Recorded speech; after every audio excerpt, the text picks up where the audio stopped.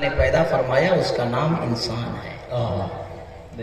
دنیا میں جتنی چیزوں کو اللہ نے پیدا فرمایا اس ساری چیزوں کو انسان کی ضرورت کے لیے پیدا فرمایا۔ بات سمجھ میں آ رہی ہے؟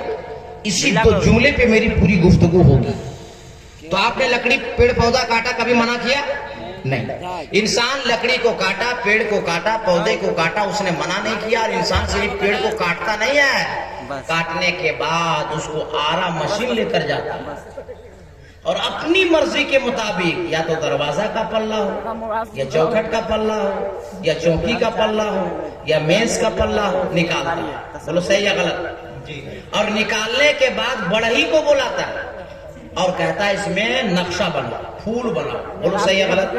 پیڑ کٹ گیا، سینے پہ آرا چلوا لیا، پھول اور نقشہ اپنے اوپر گندھوا لیا، مگر آپ کو منع کیا نہیں نا؟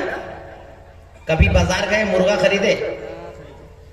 جی جی بکری جی خسی جی گھر لائے، جی مرغا کو ذبح کیا، جی ایک ایک قطرہ خون مرغا نے بہا دیا، آپ کو کبھی منع کیا کہ ہم نہیں کٹیں گے، ہم خون نہیں بہائیں گے؟ منع کیا؟ اور صرف آپ ذبح نہیں کیے، اس کے بدن سے چمڑی کو اکھیڑ دیا، بوٹی بوٹی کر دیا۔ بولو صحیح یا غلط؟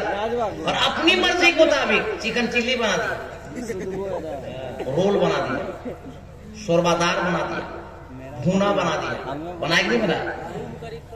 مچھلی کبھی کھائے؟ مچھلی کو گرم تیل میں تل دیا، مچھلی نے منع کیا نہیں نا؟ اب مثالیں تو میں بہت دے سکتا ہوں، میری بات اب سمجھ میں آ جائے گی۔ امام غزالی رحمۃ اللہ تعالیٰ علیہ نے کیمیہ سعادت کے اندر لکھا ہے کہ پیڑ پودا جب تک اللہ کے ذکر میں مشغول رہتا ہے اس پیڑ پودے کو کاٹا نہیں جاتا۔ جو جانور اللہ کے ذکر میں مشغول رہتا ہے اس جانور کو ذبح نہیں کیا جاتا۔ جیسے اللہ کے ذکر سے جانور ہٹا وہ چھری سے جا کے سٹا، پیڑ پودا اللہ کے ذکر سے ہٹے وہ کلہاڑی سے سٹے۔ اب پتہ کیا چل گیا؟ انسان کی راضی کے لیے جانور نے، مرغا نے جان دے دیا، خون بہا دیا تاکہ انسان راضی ہو جائے گا تو مجھ سے اللہ راضی ہو جائے گا۔ پیڑ کٹ گیا کہ انسان راضی ہو جائے گا تو مجھ سے اللہ راضی ہو جائے گا۔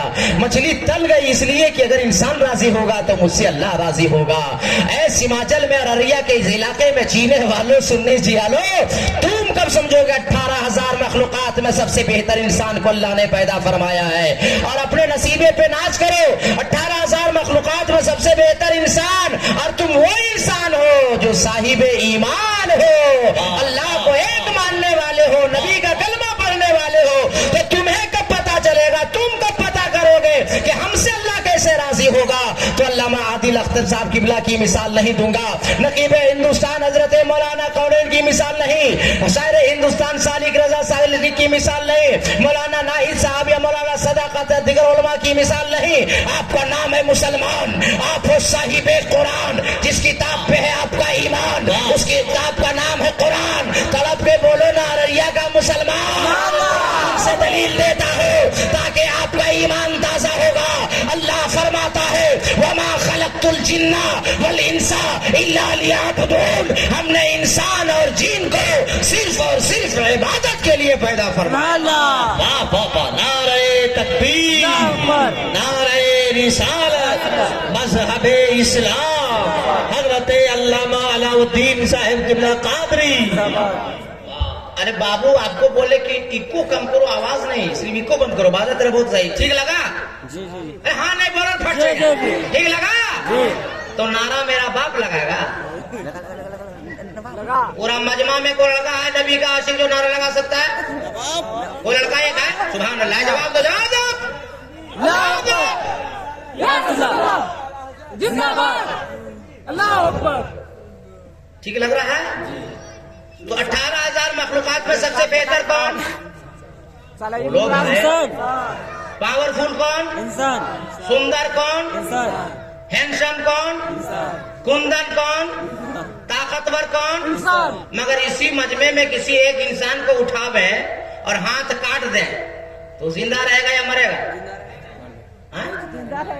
اور پاؤں کاٹے تب؟ آنکھ نکالے تب؟ کان کاٹ دے تب؟ ناک کاٹے تب؟ زبان کاٹے تب؟ اور گلا کاٹے تب؟ ختم نہیں ہوگا؟ تو